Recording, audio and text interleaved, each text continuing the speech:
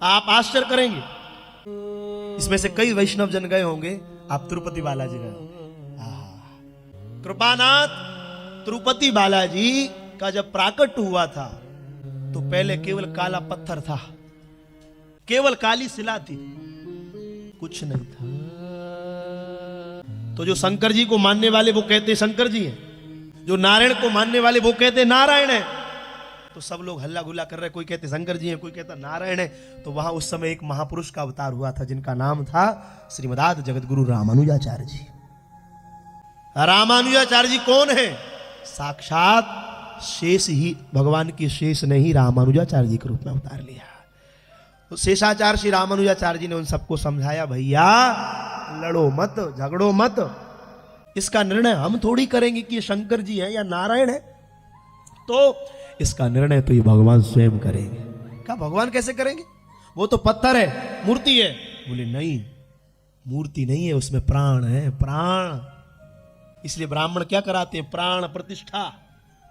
बोले जय जय, मुझको ना पहचानो, कौन हो आप? बोले मैं जिसका तुम जप कर रहे हो, मैं नारायण हूं। जय जय, आप मुझको दिख ना रहे? बोले चर्म चक्षु मुझे नहीं देख सकते, अंदर के चक्षुओं से मेरा दर्शन होगा।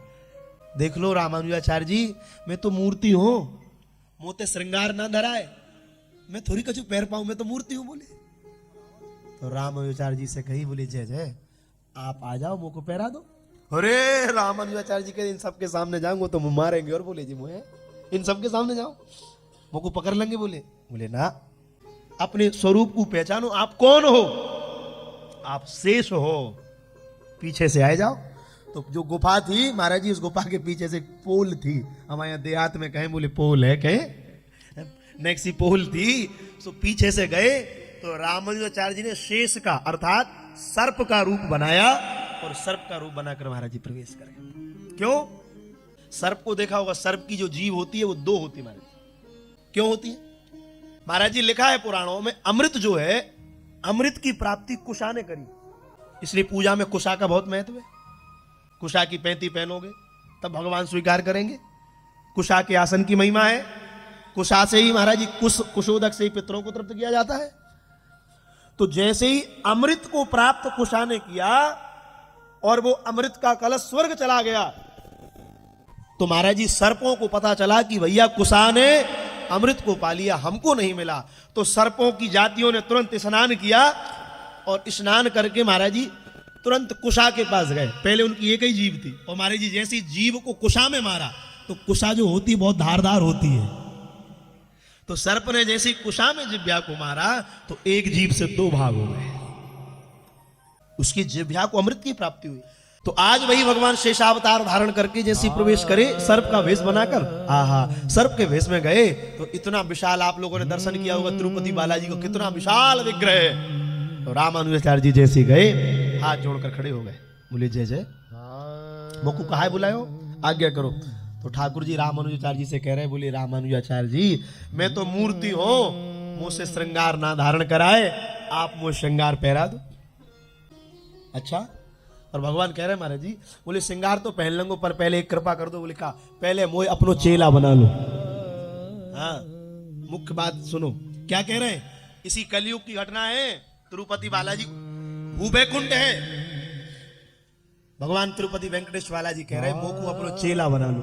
अरे रामानुजाचार्य जी कह, आप जगत के गुरु हो, कृष्णम वंदे जगत गुरु, और आप मोह से कह रहे हो चेला बना लो। बोले हाँ, मैं भले ही भगवान हूं पर जब इस संसार में आता हूं तो गुरु के शरण में होकर आता हूं। मैं संसार को तब तक दर्शन नहीं दूंगा जब तक आप मुझे अपना शिष्य नहीं बनाएंगे।